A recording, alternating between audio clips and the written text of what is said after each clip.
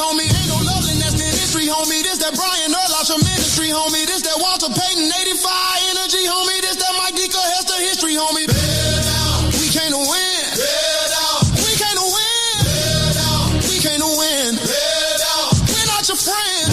The Chicago motherfucking Bears, baby. We can't win. Bear down. Let's frickin' go. Woo! We're not your friends. Bears win. Oh my goodness. On the fake, Williams looking downfield, launching downfield, going for it all. It is caught. Bears win it. DJ Moore.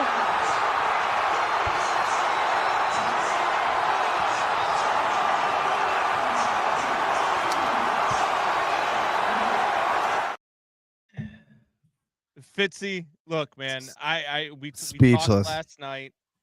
I've never been happier after a victory than I was last night.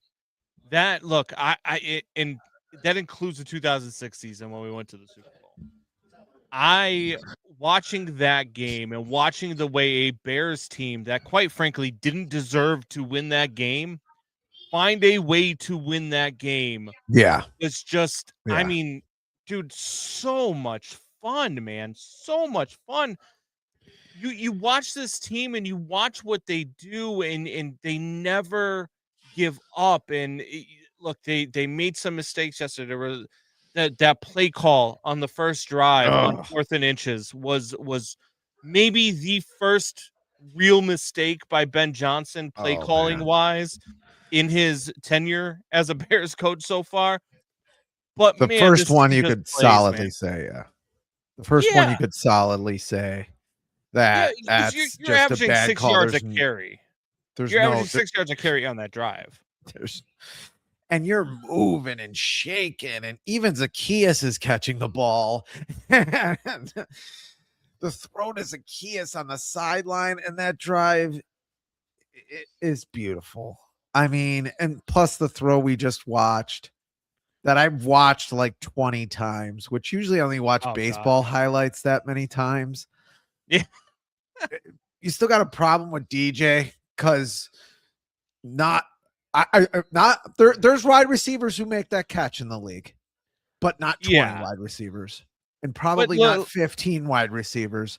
Probably 10 wide receivers make that catch in the NFL right now, with the guy draped all over him like jewelry, like basically pass interference. Totally. I mean, but there was no flag, which I don't even really mind at that point in the game. I wouldn't mind if they lost because of it, but there were a couple of flags yesterday that we have to talk about, and we're definitely going to get into that. Because I want to talk about some of the people that are out there, the Packer fans that are out there calling the Austin Booker hit on Jordan Love dirty. Like, you don't know what you're watching if you think that that's a dirty hit. Don't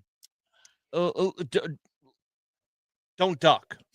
Don't lower your head into the hit. We say it all the time, right? When we watch hockey, like, I'm a big hockey guy, and there's a guy skating down the center of the ice with his head down and he just gets murdered. What do we say? Don't skate with your head down. Don't lower your. What is a defender supposed to do when he is in the midst of delivering a hit with his head down, where it's going to hit you in the chest, where it's supposed to hit you, and then you lower into the damn hit? Yeah, I don't know. What is a defender supposed to do there? Don't know, and I probably changed what I texted you. I guess that's a flag, but I don't know what the defender's supposed to do there. I really don't know. To lower your shoulder, you have to lower your helmet. And this is why, no one can tackle anymore. Because like, what's a penalty? What's not? How are you supposed to contort your body there? Watch the play live again. It's ridiculous. If you want to call that a dirty play, well, what's his name? Nixon makes a terribly dirty play to DJ Moore. That's even worse because DJ Moore isn't even looking. At least Jordan Love is trying to protect himself. And Jordan Love wasn't exactly excellent in that game anyway. I mean, and I don't want to hear from Packers fans about a dirty hit on a quarterback, because I'll bring up the video and play it on repeat of Jim McMahon. Oh yeah, 30 seconds after he throws the ball, getting picked up and that's into the ground. Different I know how long ago it was, but I mean, you're talking about like delivering a hit. Like what happened to DJ Moore was way dirtier than what happened to Jordan Love. But I'm going to tell you right now, I'm okay with both of those plays. Yeah. I'm okay with Austin Booker's hit on Jordan Love because Jordan Love lowers into that hit. I'm okay with the DJ Moore thing because it looks like the cornerback Nixon is just coming across the field and DJ Moore turns his back and he just there's nowhere for the guy to go. I don't know that he saw him completely. Maybe he did. I know some people are saying watch the way he looks at DJ Moore after he delivers the hit, the way he throws his arms up like he's trying to deliver a hit. Okay. But I'm okay with both of those plays because I don't think that either one of them are dirty. I think this is a hard-fought game. Yeah. Between two division rivals that are just going full speed and that really just don't like each other. So I mean, if you see the play live, Austin Booker, he's coming off being almost tackled Jordan Love or coming off around one of his blockers. Austin Booker doesn't think he's going to meet him there when he starts to run towards the play. I mean, that's what makes it a little weird. Hit on DJ Moore was dirty. I mean, and Jeremiah said he saw him because he finished the hit. Maybe he did. Maybe he did. And if he did, then it is what it is. And then DJ gets his revenge, right? Because he gets his revenge because on that final play, Nixon is the guy that DJ Moore beats for the touchdown. So it is what it is, but I don't think the Jordan Love hit was dirty at all. Jordan Love lowers his head. It's a bang play. And yes. The only reason why I changed what I sent you is because that's where the league is. It's a quarterback centered league. It's not the league we grew up with. They're going to have to call a penalty there because they can't have their quarterbacks, the center of the league, get hurt. So they're going to have to throw a penalty, even though I don't know as a defender, if you're running towards somebody like that, how you contort your body and still make that tackle. You don't. I mean, that's why you got a linebacker coming straight at Patrick Mahomes last year, and Patrick Mahomes just like runs around him. Because if it's 25 years ago, Patrick Mahomes gets his head ripped off. I mean, that's why things like that can happen. The roughing the passer call was crap too, says Megan TV. Megan, are you talking about the one on Love? Because I'm okay with the flag on Booker. I don't think it was dirty, but I'm okay with the flag. Or are you talking about the one later in the game when oh God, I'm gonna forget his name, the backup quarterback for Green Bay, Malik Lewis? When he goes down and into Malik the slide, Lewis, that was also a roughing the passer as well. Because look, I get it, but he's in his slide, and Brisker knows he can't do what he did. It's not even the fact that he comes in for the hit, but he also throws a if it wasn't for if it wasn't the shiver, which I kind of liked. If it wasn't that, I think they might have been okay if he just kind of like turns over and tries to fall. But again, and that on Love. It has to be a penalty because it's head-to-head contact, and we would be screaming the same thing if it happens to Caleb. Which, if that's Caleb, I don't think the flag gets thrown. No, and if it's college, I don't know if that flag gets thrown. I just think everything in college, all the rules in college are just done. It's just the refereeing's just better in college, man. I have no idea why exactly it shouldn't be. Seneca Wallace II is what I call him. Yes. I'm not gonna lie to you. I think Malik Willis was good. I think Malik Willis keeps them in that game more than Jordan Love would have. Probably getting out of some when the Bears defensive line actually got him some pressure, which that defensive line, I'm sorry, it needs an overhaul. Maybe Austin Booker's a good piece in the future, but it does. Sweat had another sack at the end of the game there, the end of regulation there, and his sack numbers will be fine. He's fine. He's a great player, and he's good against run defense, but he's at other side of a great defensive line. He's the other side, the guy that does the run, can really defend against the run and can rush your quarterback too. I heard some people talking this week about about Sweat and whether or not the $98 million was worth it. And I think that's a fair question to have, considering Sweat's. But now I think Sweat's had a good year. I really do. Does he have 10 has he been sacks? great? No. Does he have 10 sacks? He's going to have 12, 13 sacks. He's going to get run against the run. Like, yeah, I mean, he's not getting paid top defensive edge. He's getting paid elite edge rusher money. Yeah, but he's not getting paid TJ Watt money. No, he's not getting paid Micah Parsons money. He's not getting I don't even know if he'd be in the top 10. I mean, we could look at top 10 edge rushers. We can get he's getting 98 total out of, what was it, a 5-year deal? Yeah, I don't think that would put him in the top 10, and he's might be close to a top 10 edge rusher with over 10 sacks. I mean, maybe top 25. I think you're getting just about his money for him. What are you getting? What are you losing? 2-3 million a year at best? Okay. Yeah, no, look, you're getting a deal. He's not even in the top 10. I think the problem is you can't go out and buy an edge rusher right now because you're going to have to pay your quarterback. That's for sure. You have one of the most expensive offensive lines in the league because you couldn't draft an offensive line. Your left tackle's cheap. Both left tackles are cheap. You know, you don't need to have Braxton Jones around anymore. But Montez Sweat is the 8th highest paid edge rusher this season. $24.5 million.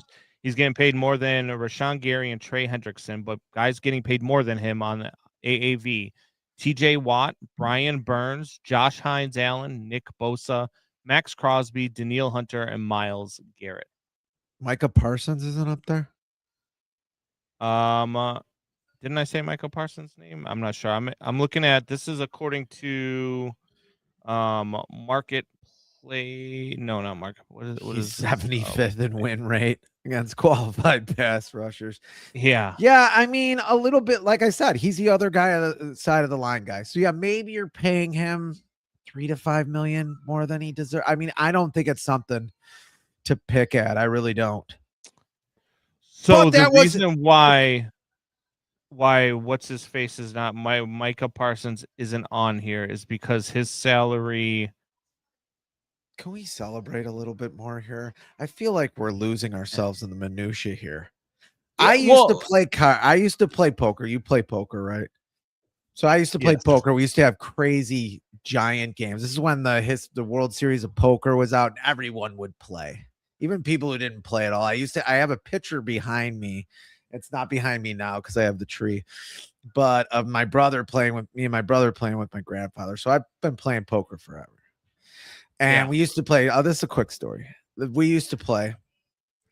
And because it was beginning of World Series of Poker, we'd have like 30 player games, 40 players games at an old house I used to be in with my cousin Billy and my brother Joe. And we'd have like 30 player games, 3 table games. And we get to the end. And there was always Bill Stewart, who listens to the show sometimes, would be playing again. Would play, and sometimes he would just go in on just the dumbest hands. He'd be one of those. And we're at the end of a 30-player game. It's like 2:30 in the morning, and he goes in. I got a pair of kings on the flop. He goes in with a 7-5 offsuit, and he's got 3 spades. So he needs river flush basically to win. And he got it, didn't he? He got it. I think about that hand, and we're talking, this is like a $500 hand at this point. Yeah. I mean, I won a little bit in second place, but he wins. Yeah. $500 hand. He wins. River. I always think about that when a game like this happens, where it's like he was like 2% to win, maybe 3%. Such a bad beat. And it's such a bad beat.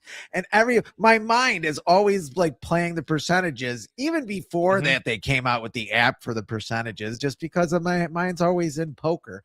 And I always think about that hand when I think about what the Bears did to the Packers. How aggravating is this team to the opponents they've played this? Is my question. Like, how aggravated? If you're a Packers fan and you're being honest this morning, wherever you are, Julianne, because you ain't here. How pissed? He's still mad at me probably because I said that I wasn't going to miss Micah Parsons this week. She thought I was being mean. and that's not what I was doing. I wasn't being mean. I just you didn't could say miss you don't Micah miss Parsons. the guy. I'm sad that Micah Parsons is hurt because I think he's good for the league and he's fun to watch. Oh yeah, it was Same reason why I think Patrick Mahomes. It's sad that Mahomes is hurt, but I'm still happy that I'm not watching the Kansas City Chiefs in the playoffs. Yeah, I'm still happy that Micah Parsons wasn't terrorizing Caleb Williams all night last night. It was fun the first game, and Caleb Williams, I think, got the best of him in that first game. I mean, he's huffing air at the end. Too much crying at those Fitz poker games. Thanks, Doubting Thomas. We're celebrating. You're right though. Like here. losing a poker hand, dude. Rivers Texas Casino. Hold'em. Oh my. Rivers Casino. I was playing Texas Hold'em at Rivers Casino. I went for a day, and I told Michelle I want to see how what I could do at a day at Rivers. So I go up there, and I sit down with $300 at the poker table. Well, I'm up there for about 6-7 hours playing poker, and I'm up about $900. So I'm about to go home, and it's table etiquette. So you let the blind button come around to you before you get up and walk away from the table. And so I tell everybody, all right, this is gonna be my last go around. When the button gets back to me, I'm leaving. This new guy sits down at the table, and I have 8-9 of spades, and the flop comes up 10 Jack Queen of spades. I have a straight flush. It's the first time in my life I've ever gotten a straight flush. I've got one. Okay. I think I raise. Guy who just sat down calls me. I'm like, all right, he's got something. Maybe he's got 2 pair or something, or maybe he's got a full house. I don't know what you got at this point, but whatever it is, it's not a straight flush. So then the return card comes out. It's like a 2 of hearts. I bet more, and he raises. I'm like, what the hell does this guy have? So I call. The next one comes up, and it's the ace of spades. So I push all in. He instant calls me. This entire time, he went with a king of spades draw, and he got the royal flush on the river. What? The whole time he was on 8. I was so mad. 900. I went from up 900 to down. If that was on like poker, like video poker, so I wouldn't believe it. I'd be like, they fucked me over. Yeah. And this, I mean, I sat there for about a good 3 minutes and just stared at the table and just stared at the cards. Like, I couldn't believe, like, how the hell do you lose this? And no, at Jeremiah, they do not have a bad beat pool at Rivers, or at least they didn't for the cash table. They do in some places, where you get a bad beat. Yeah. Jeremiah says teams that play the Bears are something like 2-14 after they play the Bears. Well, the Cowboys went on a little run after they played the Bears. So did the Ravens. But I mean, I don't even know as the Packers what you do after a game like that. That is like a heartbreaker. And especially if Jordan Love can't go next week. You know what I mean? Like, if Jordan Love can't play next week, who do the Packers have? I want to say the Vikings, but I'm not 100% sure on that. I'm looking it up right now. You look it up. I have one more story, if I may. Go ahead. Yeah. 2001 Bears. I don't know if you remember the 2001 Bears. I think you were in the Marines at the time getting your ass kicked. But I was. But they had a back-to-back games where Mike Brown, the great ex-safety for the Bears, intercepted for the score. The second game, I think it was maybe the first game, was against Cleveland.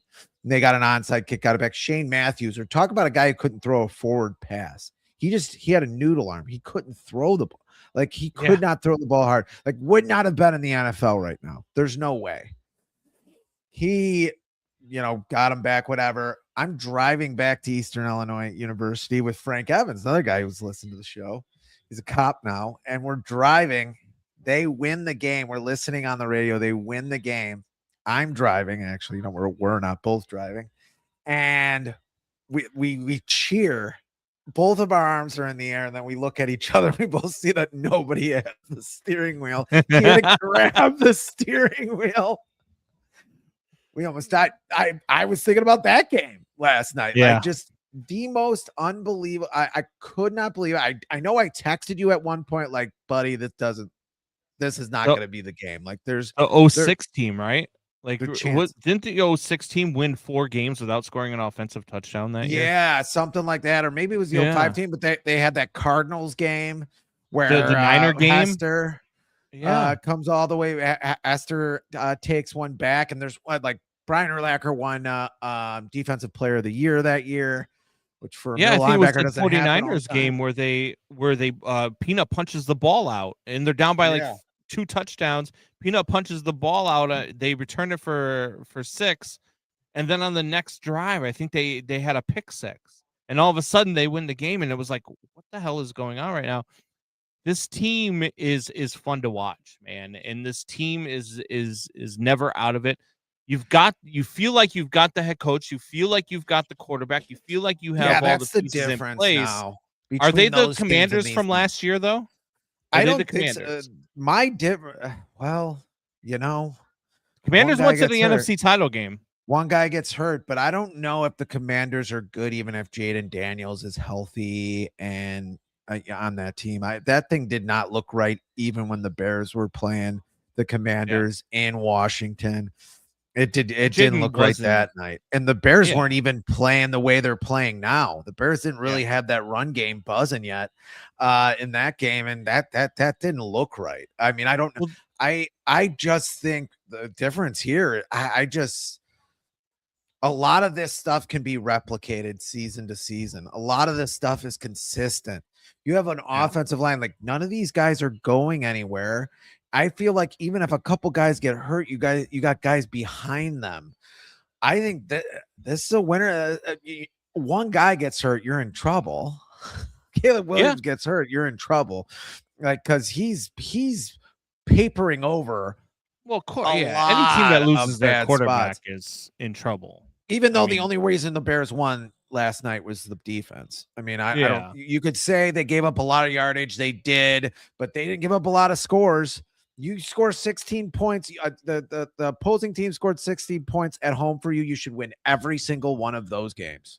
Well, that was the question I posed to you during the offseason, too, is because people were talking about Caleb and Jaden and how the Bears missed on Caleb and they should have drafted Jaden Daniels and all this stuff during the offseason. And my question to you and to everybody was, and I think I said this on the BetMGM network, too, is what if I told you that Jaden Daniels' ceiling was what he was last year? And what if I told you Caleb's floor is what he was last year? And Caleb still has room to grow, and Jaden has already maxed out. Now, Jaden might be able to hit that ceiling for another 4 or 5 years, but then he's going to eventually come down.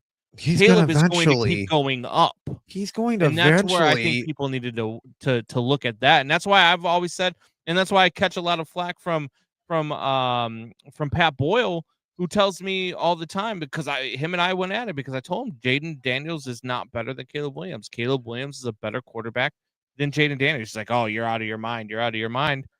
And now I don't think you really have a leg to stand on in that argument. I mean, the Jaden Daniels thing coming out is he's too slight. He's going to be injury prone, and he's been injury prone the first 2 years. I don't know how that guy plays 10 years in this league. I don't know how that happens. I mean, he might just turn into a pile of dust. I mean, I just don't know how that happens. I think it's two totally different athletes. When they were coming out, we both went back and looked at the footage of both players. I had Jaden Daniels was my 1A. I mean, I thought you could have picked either one, but he's more of a smooth athlete. Caleb is sudden. And he is electric. It's just different. It's just a different athlete. And both can work. Both can work in this league, but you have to stay healthy too. The way he escaped that one sack in the fourth quarter, I don't even remember the defender's name, but he comes at it and he's dead. Like I think Caleb's about to just get drilled, and he just spins. And it was like, I was like, damn. And then I think he ends up throwing that ball away. But it's just like, man, your ability to get away, man, this thing is going to be fun to watch for the next 5 to 10 years, even when they finally build that new stadium in Hammond. Yes. I know you want to talk about that. I know you want to talk about that. I would like to talk about that. I will have a room. They're not moving to Indiana. I'll have a room set up for you. You can stay in there when we went. We'll both walk to the game together. In my They're house, not moving to Indiana. And my house that is tripled in price. With all that equity I have in there, I'll have enough room for you. I can make probably another room or two. I'll be like the Chicago Cubs, but when you come over, I won't say I have no money. It was you who started this rumor, wasn't it? You son of a bitch. When my house that I buy goes up, 3 or 4 times, I won't say losses are biblical and that I'm just, managing things on the edges and that we're just breaking even. I will tell you that my house went up triple the price since Jeremiah the Bears moved out going here. To Gary. That's right, Jeremiah. Jeremiah also says if they had a pass rush, they'd be a Super Bowl team, which I agree with. Pass rush gives you a Super Bowl team. Here's my question, man. Because look, if the Bears find a way to the number 1 seed, and even if they don't, to have to come to Chicago is going to be a big deal for this team. The fact that they get a home field advantage all the way up until the NFC title game, and let's face it, with the Rams and the Seahawks, I mean, if the Seahawks still end up with that number 1 seed, do you trust Sam Darnold in January? Now, all of a sudden, as the 2 seed, you might end up with a home field advantage in the NFC title game.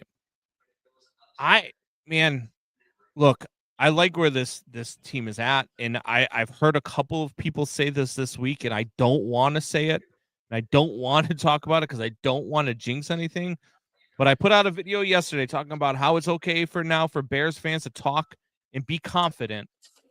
For the first time, maybe ever, you can talk and be confident about what this team is and about where you think they can go. Why can't this team go to the Super Bowl? This isn't the 06 Bears. This isn't the 2018 Bears where it's all, vapor in an empty bag. It's not. There's substance here. They can run the ball. Yeah. Their defense isn't great, but we've been saying it for years. Give me a top 5 offense, even a top 10 offense and a middling defense. I'll show you a playoff team. I'll show you a team that's going for a title. You don't need a top. I know in every category, Jeremiah, before you even comment about it, that they're in the bottom third of the league in every category, but they take the ball away. And they're what's going to happen, right? They are. It's stupid to say over and over again. What? The Bears are going to be in the NFC title game, and it's going to come down to a 55-yard Cairo Santos field goal. And I texted you yesterday, right after that 2-minute debacle where it took, I don't know why he was taking so long to line up for the kick, because everybody in the stadium knew you needed to get that kick off before the 2-minute warning to save the timeout, even though it works out in your favor. Why he was taking so long is beyond me, but I messaged you and I said, I want Cairo Santos fired into the sun immediately. Because I'm so, dude, this is the one similarity between the Bears and the 2018 Bears, right? Is that if it comes down to a kick, you're not exactly confident that this thing's going through the uprights. I mean, a lot more than I would be with Cody Parkey. I mean, that Cody Parkey thing was already off the rails. Why he was even playing on that playoff team is insane. I mean, Cairo Santos is hitting kicks. I mean, he hit like a knuckleball into the uprights. I mean, I thought he had a good game. I just got an takeaways are not sustainable. You can ride. I mean, they're certainly making them sustainable. I mean, look at those Lovie Smith teams. They kept taking the ball away, Jeremiah, year in and year out. Different players, different personnel, didn't matter. They kept taking the ball. Nahshon Wright, something's going on right there. That seems pretty sustainable. That seems like a guy that's a ball hawk that just gets the ball. That just gets to the ball a lot. Another goal line fumble. That little ant runs in there and gets that ball away from Josh Jacobs. Like, how did that happen? He's like half the size. He's like one leg of Josh Jacobs and changes the entire game. I mean, I get it. I get how you would say that it's not sustainable, but some teams have been able to sustain it over long periods of time. He's saying the same thing you were saying about 5 weeks ago, and then they sustained it. and that's how they continue to win games. Look, I I like was this team. saying I is like what they're doing. What I was saying is I don't want them barely winning with a 4 turnover. Yeah. And the Bears did. I don't think the Bears had a turn. Well, maybe with the onside kick, you can say the Bears won the turnover battle.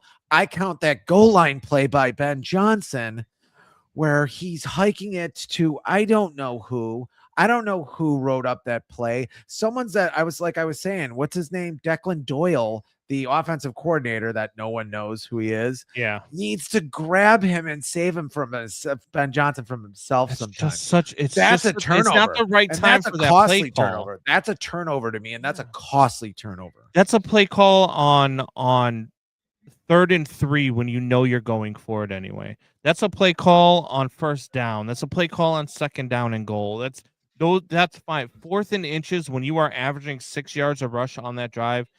It's just a bad play call.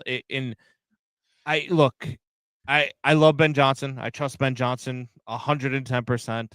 It's just that one got away from him for sure.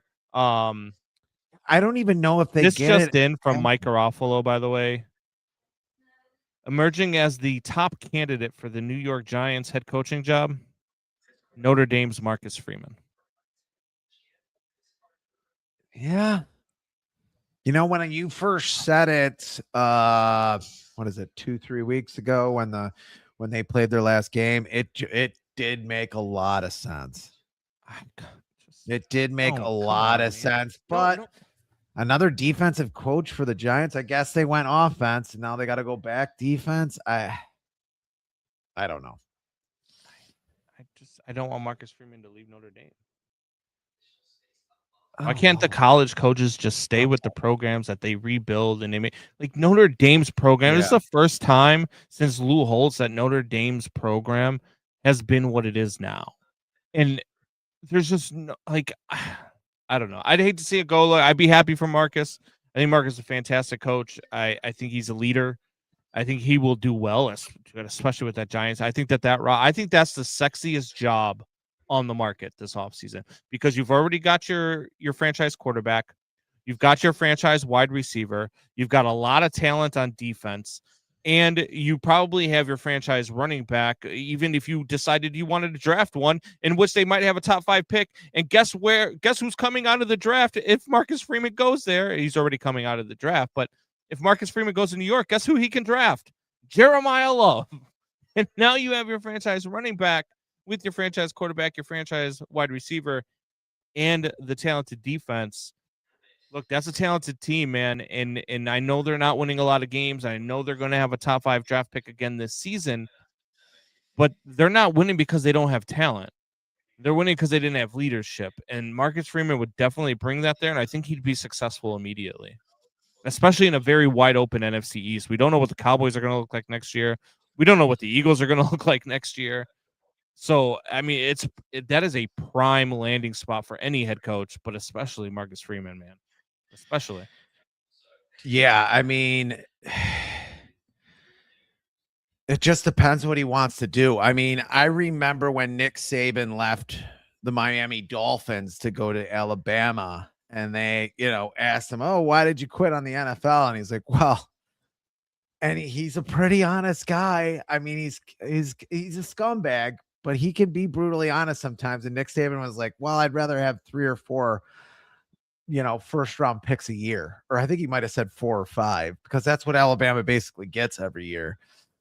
It's a different league. I mean, if he wants to have that competition get ratcheted up a whole bunch, where at Notre Dame, you do have an advantage over a lot of teams every year because you are getting a lot of good talent every year that other colleges are not getting. You are going to be in a whole different territory in the NFL. It just depends if he wants to do that. If he wants to do that, now's the time because his stock is probably never going to be this high. Look, I say all the time, you don't draft a running back high. You don't draft a running back in the first round. But in a lot of times you end up with, Ja'Cory Krosky-Merritt in the 4th or 5th round. You end up with a Kyle Monangai in the 7th round. So yes, running backs are, but I'm telling you right now, man, Jeremiah Love I don't like comparing rookies to Hall of Famers, but if you're going to hit another Adrian Peterson, it's going to be Jeremiah Love. I just think that this kid is just watching him, and I've said this all year watching him, he is going to be fun to watch on Sundays. He is going to be that guy, especially if you threw him in that Giants offense. Oh my God, that team's going to be good. That team's going to be good. Yeah, I mean, and that defense has all the good pieces already in place. They already do have, talk about some edge rushers. They already have some pretty good edge rushers. Banks, and I forget the guy on the other side. Did Ashton Jeanty not just have him? But listen, Jeremiah, we don't listen to the ESPNs of the world. We don't listen to the draft experts. We listen to Combs and Fitz. And what did Combs tell you about Ashton Jeanty? What did Combs tell you about Ashton Jeanty? I wasn't in on him. I thought he stay away. I thought he could. I think he still could be an Alvin Kamara, who's good, who's really good. I mean, Alvin Kamara is terrific, but he's not. I don't think he's worth a top 10 pick. While ESPN and all of those experts were telling you that he's the next, great thing, and he was this and he was that, I was telling you he was doing it in a Mountain West Conference. So let's take a step back before we start giving him. He looked like a Reggie Bush or something like that. Who really can't. I mean, I've only seen a couple other games. College running back, and it's going to be the same thing. Like when you look at this draft class, this quarterback draft class as well. Look, I think Indiana could win the national title. I think that they are that good. But Fernando Mendoza is going to be a bust as an NFL quarterback. Fernando Mendoza is not going to be a good NFL. He's going to be one of those. Yeah. It was a great college quarterback, but a subpar NFL quarterback. He's basically maybe with a better arm, in a more accurate arm, and a more quarterback type arm, but he's basically Tim Tebow, essentially. A guy who Thomas. can really win Combs stroking off ND again. Well, somebody needs to, because they're not playing in the college football playoff like they absolutely should have been. Boy, I'm so glad we got those group of 5 teams in, though. Man, were they fun to watch yesterday. Since beat by 40+ points. Since we're talking about bad takes and New York coaching jobs, can we have some fun, and can I play you one of the worst pre-NFL season takes probably in history? This is a Draft King show of, it looks like New York Jets fans. I won't play much of this, but I saw this the other day and we were talking about this, so I thought I'd show a little bit of it. I think this Ben Johnson thing is destined for failure. Just my gut instinct. I'm like, this shit where this guy's been announced, this quarterback, this fucking offensive guru. I never wanted him in the Jets. I didn't want the guy we got either. No. I think Glenn's gonna work. I'm like in on Glenn, out on. I hope you're right. Johnson's like this guru. Listen, he was creative with calling plays. When you have the greatest offensive line, the best running backs, like elite receivers.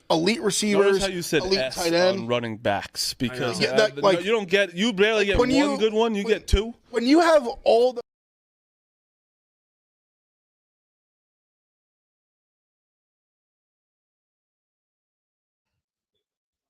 I said, somebody get that guy a cheeseburger. I don't think he's had enough.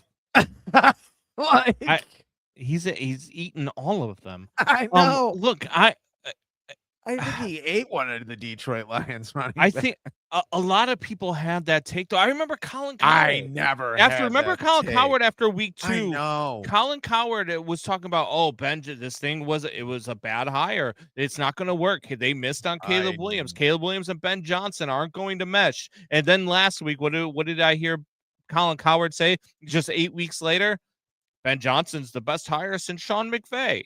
Dude, asshole, you can't just change your take.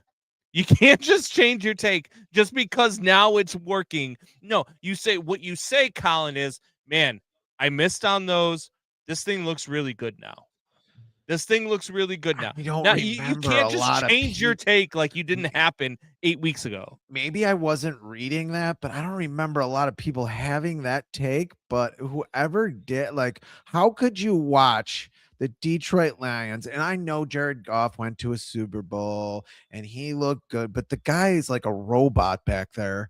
He's a statue, and you made him look that good.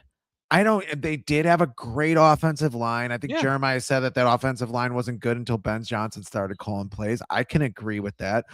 But look at what he's done to the Bears. Just take that Aaron Glenn at that point.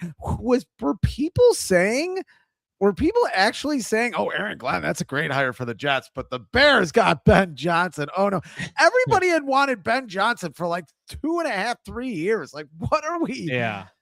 I think people were high on both. But I do remember some people were a little down on Ben Johnson. Some people were down on that, because I think what happens is people will see something and then they want to take that hot take, right? Like they want to like freaking the moron last week. I forget his name.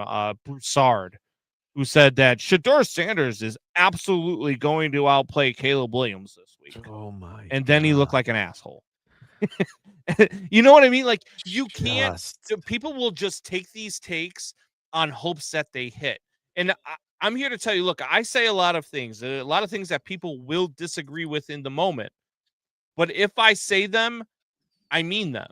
I'm not saying it to get clicks. I'm not saying it to get clicks because we don't get clicks. But I'm not saying it to just get clicks. I'm not saying it because I'm saying it because I actually believe that that's what's going to happen. And we've ate shit on this show. Yeah, we eat shit all the time. I don't just make stuff. Yes, but I admit when I'm wrong. If the Jets got Ben Johnson and the Bears didn't, what do you think I would be saying? Like, why did the Bears get Ben Johnson? They never get the best guy. We got Aaron Glenn. Are you kidding me? Like, I'd be like, what is Aaron Glenn? Another defensive coordinator? Are you insane? I would have gone insane. I don't remember. Okay. So there's a difference between me saying something and that I don't remember bashing Matt Stafford, because I've always been a proponent of Matt Stafford. Did I say? I remember talking about him in the preseason and talking about a 40-year-old with a 35-year-old with a bad back. 37. Yeah. I remember talking about that, but I don't remember bashing him. I think you compared like Jordan Love, or it could have been somebody else with him, and said, yeah, he's probably like a Matthew Stafford. And then I was like, Matthew Stafford? Like one of the best quarterbacks ever? Matthew Stafford's going to be in the conversation at the end of Matthew his career. Stafford's a Hall of Famer. He's the first ballot Hall of Famer. I just don't I don't know. I don't remember what the take was. Maybe if we could find the tape. Jeremiah, that's your homework. You go back and find the tape on YouTube. I'll try to Jeremiah, find it. Look, I'm going to hire you as our production staff, Jeremiah. You're hired. I don't think you can have 5% of what we make on the show. What's 5%? I don't think it's as bad as Jeremiah is saying it is. I don't think it's as good as you think it is. Well, I've always been and I've done it too. Is one of the toughest sons of bitches I've ever watched play the position. I've been a Matthew Stafford guy since I watched a guy blow out his shoulder and then go throw a touchdown pass with the same blown out shoulder. Like, I love Matthew Stafford, so I don't remember bashing him. Hey, I thought the Jets defense was still good 6 weeks into the season, and then I acted like I was reading the newspaper for the rest of the podcast. So it happens. So it happens. Yeah. No, and if I did that, I was wrong. Maybe I was drunk on that podcast. I don't know. I think the real question is, how many times did you wake up Michelle last night watching the game? Or did she get any sleep? No, so at halftime, or no, at the end of the third quarter, I actually came downstairs because I was mad. We were watching the game upstairs.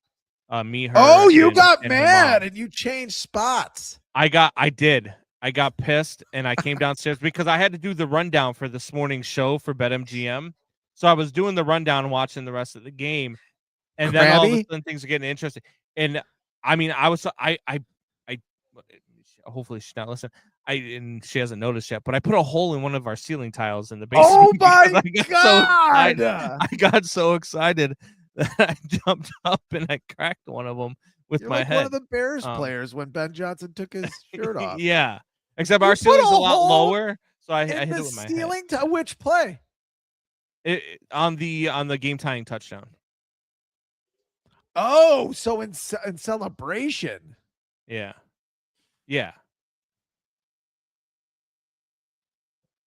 Combs just likes bashing Barry Sanders. Don't kick the ball to Hester. Don't let Caleb have the ball with 2 minutes left in the game. I like that take. At yes. W9MXR. Thank you for the comment. I like that take. You can't. He's becoming a lot like it was with Tom Brady, a lot like it was with Patrick Mahomes. Now, don't get me wrong. I'm not comparing him to those quarterbacks. I'm not saying Caleb is there, but he's becoming like that in the fourth quarter where you can't leave him time. Because if you leave him time, he's going to find a way. There's 13 seconds left. He's going to find a way to get into field goal range. Yeah. There's no amount of time where Caleb can't get something done, even when he's had a bad game. And people were talking about his completion percentage last night. His completion percentage going into the fourth quarter, I believe, was like 42%. His adjusted completion percentage, which for those that don't know, adjusted completion percentage, that takes away dropped passes. It takes away, if you spike the ball, it takes away if you're hit while you're thrown, or if you throw it out of bounds. His adjusted completion percentage was over 70%. It was 71.6%. What Caleb is doing is really, really, he's still getting rushed. He's still getting hurried a lot. He's still getting pressured quite a bit. And I know a lot of people are thinking that this offensive line is doing so much better. It's better than it was last year.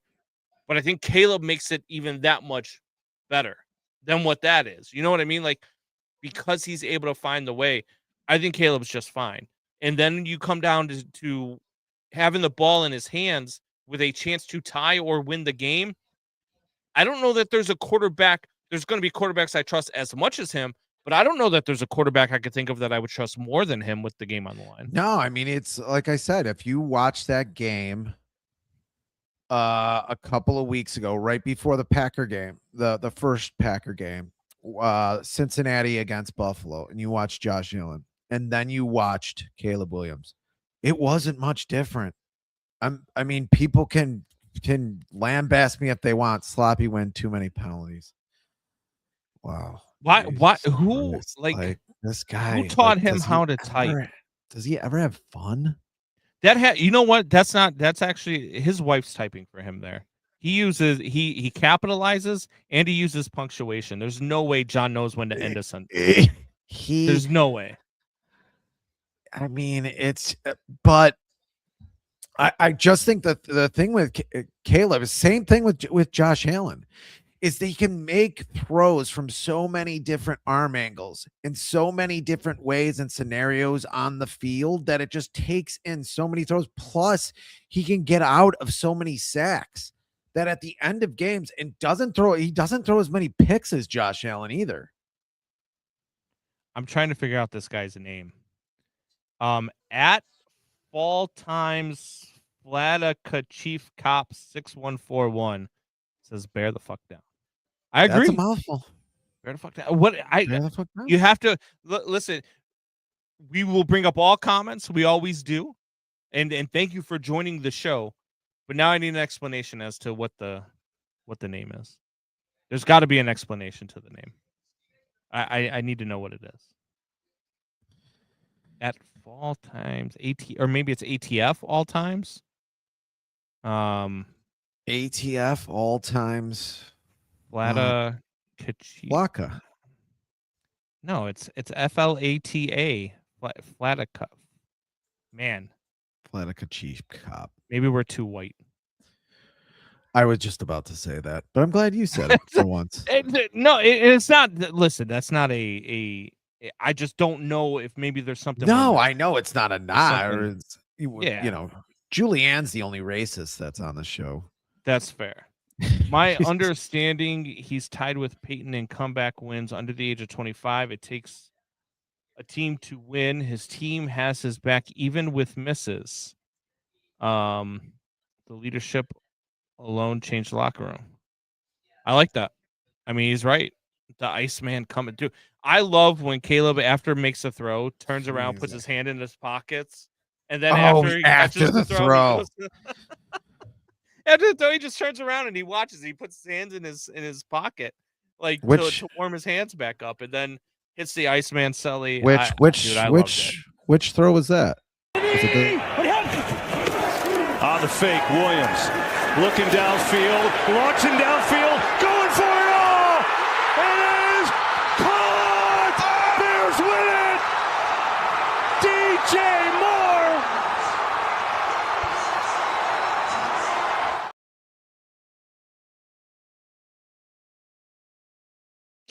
Can't hear you. You're muted. Why did you mute me? I didn't mute you. It mutes automatically when you turn the video on. Yeah, but when I come back, it usually the mute ends. I know, but it hasn't done it today, and I don't know why. Maybe they changed the format. I think it's the Russians. I think it's the Russians. Could be. It could be. I was gonna say I watched that over the end zone view, which he does. He puts his hands back in the muffs. Like after he throws it. It's like Steph Curry turning around on the court, like already going back to play defense after he hits. Now that I have that throw and I have that play on video, I canceled my Pornhub subscription because I don't know that. I'm just going to use that play from now on. That's a little weird.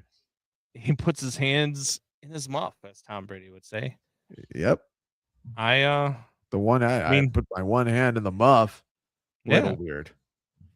I mean, but I won that game. I think Jeremiah said anyone else cash a Walker ATD. That catch was extra exciting. Who had Jedi? Is it Jedi Walker? Jedi Walker? Yeah. No, Jade. Jade. You're right. Yeah. Jade Walker. Yeah. I don't know who had him scoring a touchdown in the game, but if you did, you probably won a lot of money. I got to imagine it was like 25 or 30-1. And I agree with you. You said right before the show, I thought Caleb was possibly throwing that away too. That's a terrific throw. Going back, talk about something that a lot of guys in the league can't do. Jordan Love cannot make that play. Jordan Love does not make that play. I agree. To Jay Walker in the back of the end zone, because we've seen Jordan Love throw interceptions off his back. He has the arm strength, but I don't know if he has the accuracy. I don't know that he does. I talked about this week. I don't know that Jordan Love has the same arm strength as Caleb Williams. I watched Jordan that ball in the end zone that Tom Brady said was floating to the right, which it wasn't floating to the right. He just misses the throw. But the ball appears to float a little bit, but it's because he doesn't have the arm strength underneath him. Jordan, there's no reason why his are hitting and Caleb's are not getting, dusted by the wind, however you want to explain it. But he doesn't make those throws because he doesn't have the arm strength. I said this about the touchdown pass a couple weeks ago that he makes to the wide open wide receiver, or the tight end, or whoever that has somebody's uncle in a wheelchair that was wide open because nobody covered him. He underthrows that ball by 4 yards. The receiver has to sit there and wait. If there's a defender within 15 yards of him, that ball's picked off. But instead it was a touchdown, but it was severely underthrown. Jordan Love, to me, doesn't have that. He does make bad decisions when under pressure, which is why I thought that they were in a better situation yesterday with Malik Willis than they were with Jordan Love. Lewis. But that's an inaccurate sports talk. But anyway, no, I agree. Just the way Malik was able to get out of, and just how quick he was. And that Bears defensive line, man. I thought Grady Jarrett was going to be better. I really did. I know he's not a defensive end, but I don't see a lot coming from there. Your brother's trying to contribute again. Why did the Bears commit so many penalties? Oh my God.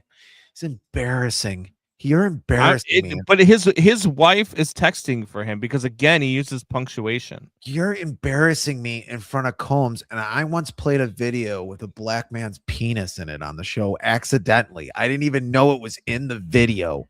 And you're more of an embarrassment, John. You are more of an embarrassment than that. Why did we're going to talk about so many penalties? That's a problem. I will agree. I'll actually agree with him there. That is a big problem. Over 100 yards in penalties. Not good. They have the most pre-snap penalties in the league. That's not one. Their offensive line was not great last night. I mean, they're great. No. They're great running. They're great run blocking. A couple of those penalties were questionable. A couple of them were. I mean, look, it's still way too many penalties. But a couple of those shouldn't have been penalties. Is a great right tackle. He's gonna get penalized though. He's gonna have some cost. Yeah. He holds a lot. He holds a lot. But there was a lot of holding also. There was a lot of holding on the pass. I was screaming all night. Grady had a great game. Did Grady Jarrett have a great game? I don't know. I must have. Yeah, Grady had a really good game. I did not know that. I know he's had a couple of good games lately, and he was hurt a couple of times this year. I know he's had a couple of good games. Well, I've noticed he is an older player. What their teams are starting to do is they're starting to double team Grady, which I think is starting to open up Austin Booker. And I could be wrong. Yeah, I think because they're paying more attention because he's a disruptor, man, especially in the run game, especially on run defense.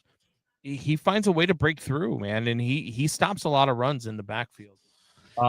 I thought Grady had a great game last night. That could be a bad take by me, but it's not saying that the coach of the year this year was a bad hire.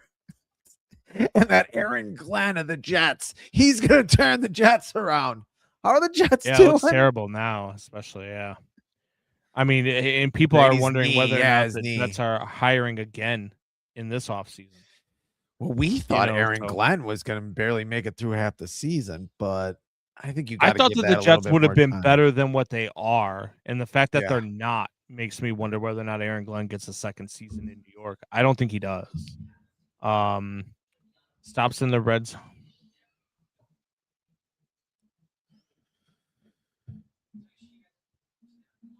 Can we take his phone away? Can we call somebody? I don't know. Cancel. Like, can we just end his internet subscription so he can't watch anymore? I mean, what are we doing? I don't know. What are we doing, John? Can we super quickly go through our picks for the week? Yeah, because John just ruins everything. So let's just get our picks and grinded the show to a halt. Unreal, with nonsense comments. All right, I think he's chat GPTing these comments at this point. He probably is just copy and pasting because there's no way he's using punctuation correctly. I don't believe that for a second. Let's start with Bills and Browns. Buffalo at Cleveland. Buffalo is a 10.5 point favorite in Cleveland. You want to go first? Or you want me to go first? You go first. I'm going to actually take the Cleveland Browns in this one. Buffalo coming off that win against New England, but if I'm getting 10.5 points, I'm taking the home team in Cleveland. Cleveland's defense is still pretty good. Buffalo's secondary is suspect, and Shedeur Sanders has looked decent over the last 4 weeks or so, minus the game last week against the Bears. But he has looked good, and he has looked better. I think that they can keep this game within 10. I don't think they win it, but I think they can keep it within 10.5. So I'll take. I think Cleveland gets slaughtered again. I'm going Bills all the way. All right. Chargers, Cowboys. Look, the Cowboys have I believe, a less than 1% chance to make the playoffs, or they might have been eliminated with Philly's win. I can't remember. But I did know coming into the week, less than 1% chance to make the playoffs. They get the Chargers, the 10-4 Chargers, who are trying to keep up with the Denver Broncos. The Cowboys are a 1.5 point favorite over the 10-4 Chargers. The 6-7-1 Cowboys are a favorite over the Chargers. Yeah, I can't believe that, but I'm taking the Chargers. I think it's maybe it's Dallas's offense is the reason why, but I'm taking the Chargers here. I'm on the Chargers too in that game. I know the Eagles clinched the division, so I think it's a big Omari and Hampton day. I do. Chiefs Titans. Chiefs eliminated from the playoffs. They've got Gardner Minshew under center today. It was not bad. Backup. Chiefs are a 3.5 point favorite in this one in Tennessee.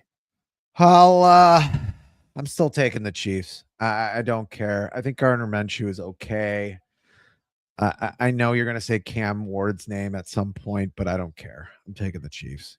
I'm taking the Titans, and I actually bet the Titans money line because I think the Chiefs are done. I really do, and they have nothing to play for. So I just think that this is one of those games where Cam Ward's going to go out. He's going to be able to take advantage of a soft defense that doesn't have anything to play for. And I think the Titans find a way to win a football game today. Their third win of the season against the Kansas City Chiefs. Bengals, Dolphins. Cincinnati, a 3.5-point favorite, the same week that Joe Burrow says that he's thought about what it would be like to not be a Bengals quarterback. Who hasn't? And the Dolphins have benched Tua, by the way. Quinn Ewers is going to start for the Dolphins. This should be a fun game. I'm going to take the Bengals anyway. Is T. Higgins playing? It doesn't matter. T. Higgins is playing. Great. And I didn't put him in my lineup. Cool. Yeah, I just went to go set my lineup because I realized it was after 12 and my semifinals lineup is now locked. Son of a yeah. Oh, well. Probably wasn't going to win anyway. So I'm going Bengals here. Yeah, I'm going Bengals too. I think Burrow and the boys, I think they find a way to turn it on. I think Burrow has a monster day against Carson Burrow. Joe Palmer. Let's go to a game that is only going to be watched by people who have a ticket and will be at the stadium. I don't think anybody else other than that will watch this game. It's Jets and Saints in New Orleans. Saints are a 6.5-point favorite. Even against the Jets, do you trust the Saints giving up 6.5 points? This is a game where I can't trust the Jets to not lose by more than a touchdown, but I can't take the Saints minus 6.5. It's hard to say. I'm going to take the Jets, but I'll take the Jets here. I don't know why, because I wear Joe Namath jersey every Super Bowl. Hopefully the Super Bowl I won't be wearing that jersey. Malik Willis Bowl. Aw. Do you need a tissue? Oh, Dakota Day, need a 22. Tissue? Because if Malik Willis had won that game last night, do you know what Packers fans would be saying today?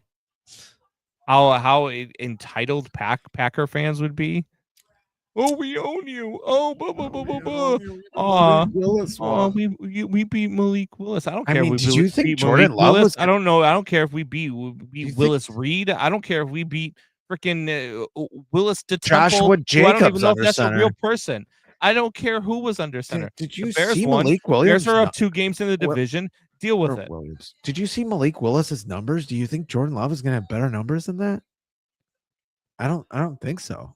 No, I actually think that Jordan Love has a worse game than Malik Willis yesterday because of the defense the Bears were playing, because of the way that Love's game goes. Like, Love relies on the deep ball. The Bears were not allowing anything deep last night. They just weren't. And Malik Willis was able to create a lot with his legs, something that Jordan Love sometimes can do, but he's not Malik Willis with his legs. I'll tell you that Malik Willis is much faster than Jordan Love. So, and I think also Malik Willis didn't make the mistakes that Jordan Love might have made with making some bad decisions under pressure. So that's why I think it was a better suit for them. All right, let's go. Vikings Giants. Vikings are a 3-point favorite against the Giants in New York. I'm taking the Vikings. I don't know why. I have no idea. I'm taking the Giants just because. I know you are, because you love the Giants. I do. I love Jackson Dart. All right. Buccaneers, Panthers. My Panthers to win the NFC South ticket. This is going to be a good game. Really nice, baby. It's going to be a good game. It is. It's a 3-point game. Buccaneers are a 3-point favorite in Carolina. I'm taking the Panthers. I'm obviously taking the Bucs. All right. Baker Jaguars, Broncos, another big game. Broncos 12-2. Jaguars do have a shot at the number 1 seed, and it starts today by beating the Broncos in Denver. Which quarterback do you trust more, Bo Nix, Trevor Lawrence? Broncos are a 3.5-point favorite at home. Late in the game, I'm probably taking Bo Nix. I still don't believe in Trevor Lawrence. I think Jacksonville's had a good year, but I still don't believe in that guy. I'm going to take the Denver Broncos. Same reason why I'm going to take the Denver Broncos over the Packers last week. I think the Broncos are a better team. I think people don't believe in them, but I think that they are really, really good. Yeah, good defense. So I think, so I'm going to take the Broncos too. All right, Falcons, Cardinals. Falcons are a 3-point favorite at Arizona in the Who Cares Bowl. I'll take the Falcons. They've looked good lately. I'll take Atlanta as well. Yeah. Nuts. All right, Steelers, Lions. Come on, Pittsburgh. Lions are a 7.5-point favorite at home against the Pittsburgh Steelers. Can Aaron Rodgers do us a solid? Yeah. Aaron Rodgers do it. I don't think so. I'm going to take the Lions -7.5. Lions -7.5, huh? Yeah. Just for the points, I think the Steelers keep it close in this game. I still don't think they win, but I think the Steelers keep it close. I think no matter what, Week 18 is going to be tough against the Lions. I don't care if they're in it or not. It does. The Bears need if the Bears that win next week, it doesn't matter. Yeah, I mean, but if the Bears are going for a rank or Bears going for #1 overall or whatever, like Detroit's bringing it that Week 18, no matter what. But yeah, I think that if they win next week, the 2 seeds wrapped up. I think maybe they could play for a 1 seed, but at the very least, they'll be a 2 seed. You've been wrong about the Jaguars all year. I haven't been wrong about the Jaguars the last 4 years. So okay, I got one wrong year. Shut up. Go to sleep or something. I'm sorry you had to see that. Raiders, Texans are a 14.5 point favorite. Raiders didn't even score a point last week. Give me the Texans -14.5. Yeah, me too. Texans have been good. The last they have been. And their 10 weeks. Stupid. Yeah, I know. Yeah. That's going to be a tough team too. They are. The AFC I think is I think both conferences are wide open, but I think the AFC playoffs might actually be the more competitive games. Yeah, I mean, yeah. No, I agree with that. All right, Patriots, Ravens. Ravens need this one to stay in the AFC North race. If the Steelers lose to the Lions, then they could actually take back the AFC North against the Patriots. I just don't see how this offense gets on its feet against this Patriots defense. I know the Ravens are a 3-point favorite in Baltimore. I don't know how the 7-7 Ravens, with the way they've been playing, are a 3-point favorite over the Patriots, who are 11-3. And I know I'm not exactly a true believer in the Patriots just yet, as far as like being a championship caliber team. But I think the Patriots win this football game, so I'll take the Patriots. And if I'm going to get +3, I might as well take that too. Yeah, I'm going to take the Patriots here too. I agree on all counts. Okay. And then Monday Night Football, the 49ers and the ageless wonder, Phillip Rivers and the Indianapolis Colts. Dude, this one, to me, it has Niners written all over it. But, I mean, look at the way they played last week against Seattle. Seattle, yeah.